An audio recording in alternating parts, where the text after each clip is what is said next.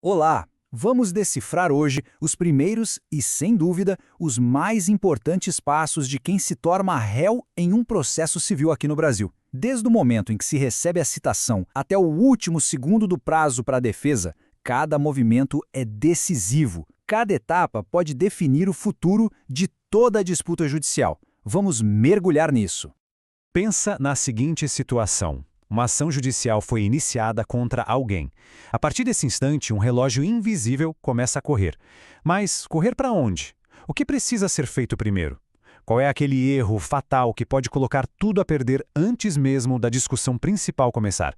É justamente essa jornada que vamos percorrer agora, desde a primeira tentativa de um acordo até as consequências bem sérias de não fazer nada. E claro, antes da gente continuar, para quem busca entender o direito de uma forma objetiva, essa é a hora de se inscrever no canal e compartilhar o material. É a forma de garantir que essa análise chegue a mais pessoas interessadas. Nossa análise vai seguir 5 pontos centrais. A gente começa com a tentativa de acordo. Depois, vamos para o prazo de defesa, que é fatal. Em seguida, os argumentos preliminares, que são essenciais. Exploramos a ideia de um contra-ataque com a reconvenção. E, por fim, analisamos a consequência do silêncio, a famosa revelia.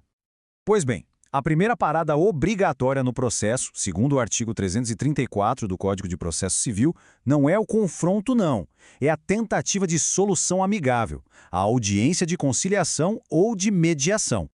O Código de Processo Civil não brinca com prazos, ele estabelece um cronograma bem rígido. O juiz é obrigado a marcar essa audiência com, no mínimo, 30 dias de antecedência.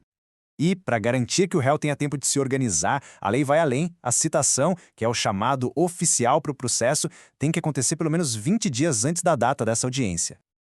Agora, aqui entra um ponto de estratégia. Se uma das partes não tiver o menor interesse em fazer acordo, ela precisa informar isso ao juiz com 10 dias de antecedência da audiência. É uma contagem regressiva bem clara e decisiva. Então, para ficar bem claro, a audiência só deixa de acontecer em duas situações muito específicas. A primeira, se ambas as partes, autor e réu, disserem de forma expressa que não querem tentar um acordo. E a segunda, quando o direito que está sendo discutido simplesmente não permite esse tipo de negociação. E olha, essa audiência é levada muito a sério. Faltar sem uma justificativa que seja aceitável é considerado um ato contra a própria justiça. E isso gera uma multa que pode chegar a 2% do valor da causa. O recado da lei é bem direto. Tentar um acordo é uma parte fundamental do processo. Certo. Passada essa fase da conciliação, com ou sem acordo, a gente chega ao momento talvez mais crítico para o réu. O prazo para apresentar sua defesa por escrito, a chamada contestação. Guarde bem este número: 15 dias. É esse o prazo previsto no artigo 335 para que o réu apresente absolutamente todos os seus argumentos de defesa. Perder este prazo pode ter consequências devastadoras, como a gente vai ver logo mais.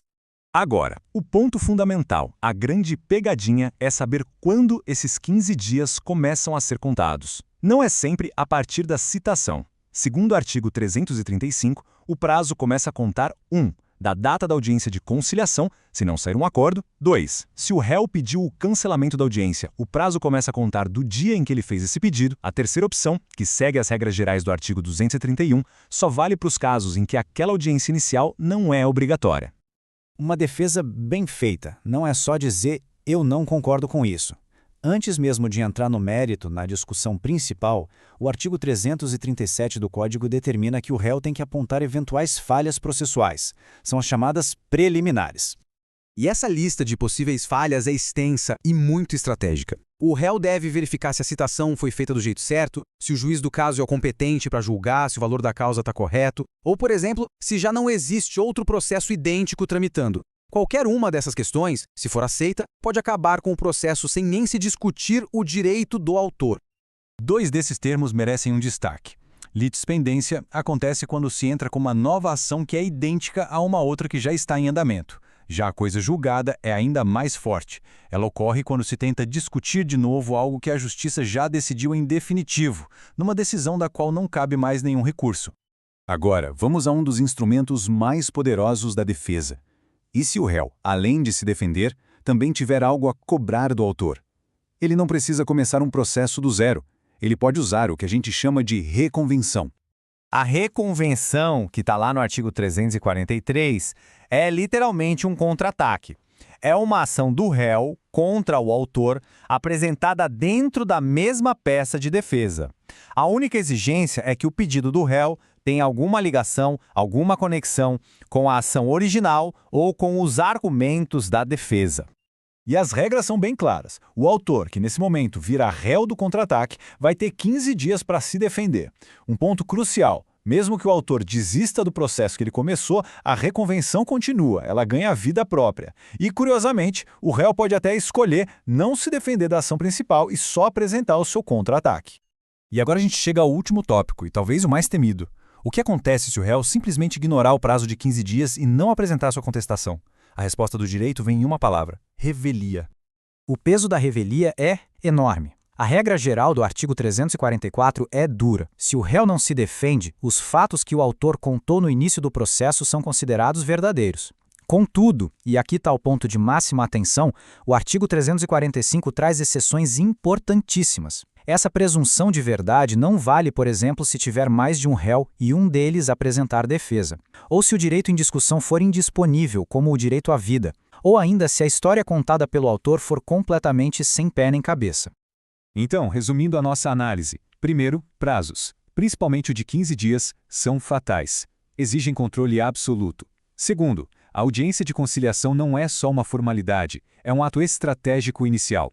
Terceiro, uma defesa eficiente ataca tanto as questões do processo quanto a questão principal. E por fim, o silêncio, a revelia, é uma escolha de altíssimo risco, cujas consequências, apesar de graves, não são absolutas.